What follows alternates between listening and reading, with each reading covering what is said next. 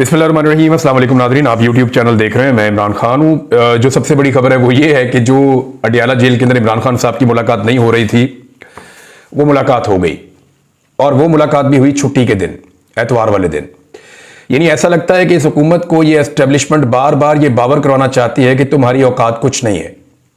हुकूमती मुज़ाकराती कमेटी ने जब हाथ खड़े कर दिए और उन्होंने कहा जी हम वाकई मुलाकात नहीं करवा सकते, यानी मुझे तो ऐसा लगता है कि जैसे हुकूमती मुज़ाकराती कमेटी ने जब ये दावा किया था अपोजिशन की मुज़ाकराती कमेटी से बातचीत करते हुए 2 तारीख को कि आपकी हम इमरान खान साहब से मुलाकात करवा देंगे, तो शायद एस्टेब्लिशमेंट ने उसको माइंड किया और फिर इतना रगड़ा दिया इस मुलाकात के लिए अपोजिशन को और हुकूमत को कि दोनों को पता चल गया कि हुकूमत के पल्ले कख नहीं है।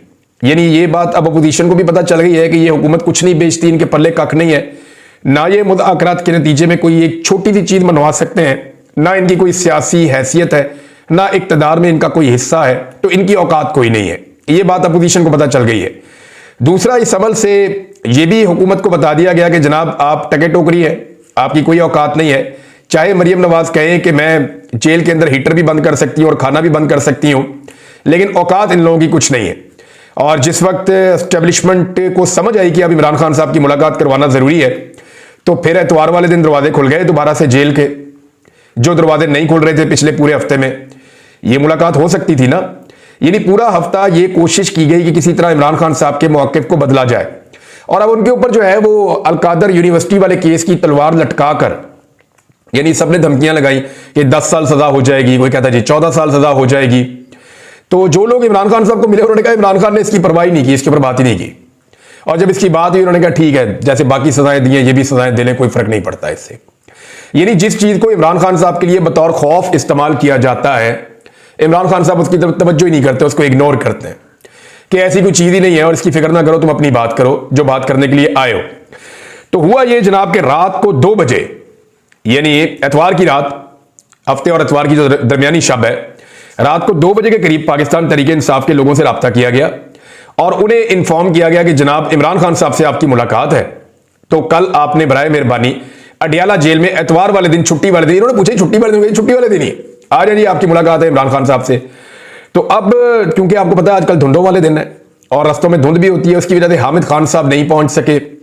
पूरी कोशिश की, सलमान अकरम राजा साहब ने, वो इस्लामाबाद में तो एंटर हो गए लेकिन मुलाकात तब तक खत्म हो चुकी थी, वो भी नहीं पहुंच पाए क्योंकि धुंध की वजह से आपको दूर से आना हो तो आप, सड़कें उस तरह खुली हुई नहीं होती ना, आप वैसे वो ट्रेवल कर सकते हैं, तो गाड़ी भी आप तेज नहीं चला सकते, तो रिस्क तो रहता है। तो जो मुझे बताया पाकिस्तान तहरीक इंसाफ के लोगों ने कि धुंध की वजह से हमारे 2 लोग उस मीटिंग के अंदर शामिल नहीं हुए। लेकिन सबसे पहले उन्होंने कहा जी कि अली अमीन गंडापुर वजीर आला खैबर पख्तूनख्वा पहुंचे, उनके लिए एतवार वाले दिन अडियाला जेल का दरवाजा खोला गया और हुकूमत जो है वो सांपों के ऊपर लौट रही थी, हुकूमत जो है वो अंगारों के ऊपर बैठी हुई है कि जनाब हमने पूरा जोर लगाकर देख लिया, हम इमरान खान की 10 मिनट की मुलाकात नहीं करवा सके, और जिस वक्त हमारी बात हो गई तो ये मुलाकात जो है वो अब करवा दी गई है। तो इसमें हुकूमत बेचारी की बेबसी भी आपके सामने आ गई। गंडापुर साहब से कोई आधा घंटा मुलाकात हुई, उसके बाद पाकिस्तान तहरीक इंसाफ के लोग पहुंचना शुरू हो गए और बाकी लोग पहुंच गए। अब मेरी कुछ सोर्सेज से बात हुई है, मुझे अंदर से कुछ खबरें हैं, कुछ मैं आपके साथ अभी शेयर करूंगा और कुछ बाद में। एक तो पाकिस्तान तहरीक इंसाफ के एक रुकन के खिलाफ शोकाज नोटिस आने वाला है और इमरान खान साहब ने जेल में बैठ के ये ऑर्डर दे दिया कि शोकाज नोटिस जारी करो, और बड़ा सख्त ऑर्डर दिया इमरान खान साहब ने, और वहां कोई बंदा भी डिफेंड करने वाला नहीं था। अब ये क्योंकि एक आधा दिन बीच में है, तो इसमें अभी कुछ और लोग पाकिस्तान तहरीक इंसाफ के जाकर इमरान खान साहब को मिलेंगे मंडे को। तो अगर इमरान खान साहब ने अपना फैसला ना बदला तो शोकाज नोटिस तो आएगा, तो उसके बाद मैं आपको सारी तफसीलात बताऊंगा। मुझे कुछ चीजें और भी पता चली है कि इस शोकाज नोटिस में जब बहस हुई तो क्या चीजें डिस्कस हुई और किसने क्या कहा और किसने क्या जवाब दिया, और इमरान खान साहब का इसके ऊपर फिर क्या कहना था और उनका मौक़िफ़ क्या है इस सारे मामले को, शोकाज नोटिस को लेकर। बहरहाल ये तो एक चीज है उनकी पार्टी की इंटरनल। अब इमरान खान साहब ने जो है वो ये कहा कि जो तीसरी मीटिंग होने जा रही है हुकूमत के साथ, इस मीटिंग में हुकूमत को तहरीरी तौर पे आप दे दें और जुडिशल कमीशन की डिमांड के ऊपर, यानी ये वो वाहिद चीज है जिस पे इमरान खान साहब आकर डट गए जी हमें नहीं निकालते, जेलों से ना निकालें, और जेलों के अंदर अगर कारकुनों को और टाइम गुजारना भी पड़ता है तो कोई नहीं, हम फेस कर लेंगे। लेकिन जो कत्लेआम हुआ पाकिस्तान तहरीक इंसाफ के लोगों का, चाहे वो 9 मई को हुआ हो, चाहे वो 26 नवंबर को हुआ हो, 9 मई के बाद तो मैं गायब हो गया था नाज़रीन, मुझे तो पता ही नहीं था कि बाहर क्या हुआ, किस तरह हुआ। मुझे तो 142 दिन एजेंसियों ने अपनी तहवील में रखा, तो इस बीच में मुझे आइडिया नहीं था कौन पकड़ा गया, कौन छूट गया, किस तरीके से मामला चले। तो ये तफसीलात जब मैंने देखी और जब मैंने डाटा देखा और उन लोगों तक एक्सेस की कि जो लोग उस दिन कत्ल हो गए थे, जिन लोगों को उस दिन शहीद किया गया था पाकिस्तान तहरीके इंसाफ के, वो भी अच्छा खासा नंबर था। और अब 26 नवंबर को जो कत्लेआम हुआ उसका तो मैं खुद विटनेस हूं, मैंने सारी चीजें खुद रिपोर्ट की हैं, देखी हैं, सारा मीडिया देखा है, सोशल मीडिया देखा है, लोगों से राब्ते किए हैं, लोगों से मुलाकातें भी मेरी हुई हैं। तो ये तो बड़ा क्लियर है। अब इमरान खान साहब इन दोनों के ऊपर जो जुडिशियल कमीशन है इस मामले से तो बिल्कुल पीछे हटने वाले नहीं है। उन्होंने कहा ठीक है जी, मुज़ाकरात आगे बढ़ते रहेंगे। ये तकरीबन कोई 35 से 40 मिनट की मुलाकात हुई है जिसमें सारे लोग बैठे हुए थे। उससे पहले वज़ीर आला खैबर पख्तूनख्वा की आधे घंटे की अलग मुलाकात हुई है। तो इमरान खान साहब ने जो 2-4 इंस्ट्रक्शन दिए, एक तो उन्होंने कहा जी कि इसके ऊपर उन्हें कहें जी कि अब आप तैयारी कर लें कि आपने जुडिशियल कमीशन बनाना है, और फाइनली उनको बता दें कि तीसरी मुलाकात के बाद उन्होंने जुडिशियल कमीशन यहां बनाना है, और अगर वो ये नहीं बनाते या वो इस तरफ नहीं आते तो फिर मुज़ाकरात फारिग हैं। ये इमरान खान साहब ने क्लियरली कह दिया है। और इसके बाद जो है इमरान खान साहब ने यह भी कहा कि जो बैरूने मुल्क है उससे कोई किसी किस्म की कोई उम्मीद ना रखे। यानी ये हमारा मकसद नहीं है कि हम किसी बैरूनी मुदाखलत के नतीजे में कोई चीज हासिल करने की कोशिश करें। हाँ, इंसानी हुकूक के हवाले से हम आलमी सतह पर आवाज उठाएंगे, पाकिस्तान के अंदर भी आवाज उठाएंगे। ह्यूमन राइट्स का मामला हो, इंसानी हुकूक का मामला हो, तो वो क्योंकि पूरी दुनिया का मसला होता है, तो इसके ऊपर हमारे पास कोई और रास्ता नहीं है, हम खुलकर और जोरदार तरीके से आवाज उठाएंगे। लेकिन पाकिस्तान के अंदर जो फैसले होंगे वो पाकिस्तानी ही करेंगे। अवाम ने अपना फैसला दे दिया था, मैंडेट की सूरत में वो तस्लीम करना पड़ेगा पाकिस्तान के निजाम को। नंबर 2, पाकिस्तानी अपना फैसला खुद मनवाएंगे और हम अपना फैसला मनवाएंगे। और इस हवाले से इमरान खान साहब ने पार्टी को अहकाम दिए हैं कि बड़े मोहतात बयान दिए जाएं और किसी से कोई मदद की उम्मीद भी ना रखें और किसी पर भरोसा भी ना करें, अपने बाजुओं पर, अपनी पार्टी पे और पाकिस्तानियों पे भरोसा करें। ये इमरान खान साहब ने बड़ा कैटेगोरिकली अपने लोगों को वहां पे कहा। और इस हवाले से वहां पे उन्हें मशवरा दिया गया इमरान खान साहब को, एक शख्स की जानिब से जो मुज़ाकराती कमेटी का मेंबर है। उन्होंने कहा जी क्यों ना हम इसमें जो है वो इन मामलात के ऊपर स्पेसिफाई कर दें कि ये बंदे बात करेंगे और सब इसके ऊपर बात नहीं करेंगे। तो इस पे भी राय जो है इसको इमरान खान साहब ने सराहा और बाकी लोगों ने कहा ठीक है, हम इसके ऊपर ये देख लेते हैं कि खास तौर पर जो खारजी मामलात हैं, जो बैरूनी दुनिया से कोई प्रेशर आ रहा है, उसमें हमने क्या स्ट्रेटेजी बनानी है, वो पार्टी फिर उस पर डिसाइड करेगी। और जो खास लोग हैं जो इन चीजों को समझते हैं वही इस पे बात करेंगे। मिसाल के तौर पे जब पाकिस्तान पे अभी मिसाइल प्रोग्राम पे पाबंदियां लगी तो उसमें पाकिस्तान तहरीके इंसाफ ने स्ट्रेट अवे विद इन 1 घंटा, यानी जैसे ये खबर आई 1 घंटे के अंदर अंदर पाकिस्तान तहरीके इंसाफ ने इसकी मजम्मत की और इस पे पाकिस्तान के साथ खड़ी हो गई। उन्होंने कहा जी अमेरिका ने पाबंदियां गलत लगा दी। हालांकि इस वक्त सारी दुनिया ये समझ रही है शायद पाकिस्तान तहरीके इंसाफ को अमेरिका से कोई उम्मीद लगी हुई है, लेकिन ये हुकूमत अभी तक उन पाबंदियों के ऊपर मजम्मत नहीं कर सकी। यानी शहबाज शरीफ का मुंह बंद है, नवाज शरीफ का मुंह बंद है, मरियम नवाज का मुंह बंद है, ख्वाजा आसिफ का मुंह बंद है, बाकी जितने लोग हैं PMLN के, पीपल्स पार्टी के बड़े लोग हैं, इनके मुंह बंद हैं। खुलकर इन्होंने अमेरिका की मुखालफत नहीं की उन पाबंदियों के बाद। लेकिन पाकिस्तान तहरीके इंसाफ ने, जिसको पंजाबी में कहते हैं पैंदी सट्टई, यानी जैसे ही हुआ वैसे ही पाकिस्तान तहरीके इंसाफ ने उसकी मुखालफत की और इस बात की परवाह नहीं की कि इसमें अमेरिका क्या सोचेगा या उनके तासुरात क्या बनेंगे। उन्होंने कहा नहीं जी, मुल्की मफाद का मामला है। ओवरसीज पाकिस्तानियों से जब मैं बात करता हूं कि आप जो कर रहे हैं इससे पाकिस्तान को क्या नुकसान हो सकता है, तो वो कहते हैं जी इतना सा नुकसान भी पाकिस्तान को हम नहीं होने देंगे। जब हम अपने मुतालबात लेकर जाते हैं या अपनी चीजें सामने रखते हैं मगरबी ममालिक के या उनके हुक्मरानों के या अक़वाम मुत्तहिदा के या इंसानी हुकूक की तंजीमों के या उनकी कांग्रेस के या उनकी पार्लियामेंट के, जब अपनी चीजें हम उनके सामने रखते हैं तो हम इस बात पे जोर देते हैं कि ये पाकिस्तान ने नहीं किया और पाकिस्तान की रियासत इसके लिए रिस्पॉन्सिबल नहीं है। हां, चंद लोग हैं जिन्होंने रियासती ताकत को इस्तेमाल करके जुल्म, जबर और फस्तागियत का बाजार गर्म किया और इंसानी हुकूक की धज्जियां उड़ा दी और कत्लेआम किया पाकिस्तान में 2 मरतबा। तो उनके खिलाफ कार्रवाई की जाए, पाकिस्तान के खिलाफ कार्रवाई ना की जाए। ओवरसीज पाकिस्तानी कहते हैं बार बार। तो ये वैसे उनकी ग्रेटनेस है, वरना बेनजीर भुट्टो साहबा का मुझे याद है उन्होंने कहा था कि पाकिस्तान की जो इमदाद है उसको मशरूत कर दिया जाए इस चीज के साथ कि पाकिस्तान में डेमोक्रेसी है या नहीं है, रूल ऑफ लॉ है या नहीं है, इंसानी हुकूक की पामालियां तो नहीं हो रही। और वैसे ये मशरूत भी होता है। बेनजीर भुट्टो साहबा की बात जो है वो उसूलन ठीक थी। उसूलन उनकी बात इसलिए ठीक थी कि जब भी दुनिया आपको इमदाद देती है तो आप उनके साथ कुछ मुआहदों में होते हैं, आपने कुछ एग्रीमेंट साइन किए हुए होते हैं, कुछ चार्टर हैं जिनका आप हिस्सा होते हैं। तो जब आप उनकी खिलाफवर्जी करते हैं तो वहां पे फिर उस वायलेशन के नतीजे में जो आपको इमदाद मिलती है या जो आपकी आलमी सतह पे मदद हो रही होती है उसमें कमी वाकई हो जाती है या उसके ऊपर सवालात उठना शुरू हो जाते हैं। तो बेनजीर भुट्टो साहबा का नुक्ता कानूनी लिहाज से और दीगर तमाम नुक्ता नजर उनका जो है वो ठीक था, आप किसी लिहाज से भी देखें। लेकिन पाकिस्तान तहरीक इंसाफ उस नहज पे नहीं गई। वो ये कहते हैं जी जिन बंदों ने किया ना, जो जिम्मेदार हैं, वो बताते हैं, नाम लेते हैं। बल्कि अभी उन्होंने नाम लिया फौजी क़यादत का जो मौजूदा है, जो पहले वाली है, उनका भी नाम लिया। इसके अलावा उन्होंने आईजी का लिया, आईजी इस्लामाबाद का लिया, आईजी पंजाब का लिया, मरियम नवाज का लिया। उन्होंने कहा जी कि इसमें मुझे जो बताया उन्होंने शहबाज शरीफ के बारे में, वजीर दाखिला, वजीर दिफा, वजीर इतलात, इनके बारे में उन्होंने कहा जी इन लोगों ने तो बाकायदा वार्निंग देके बंदे मारे हैं।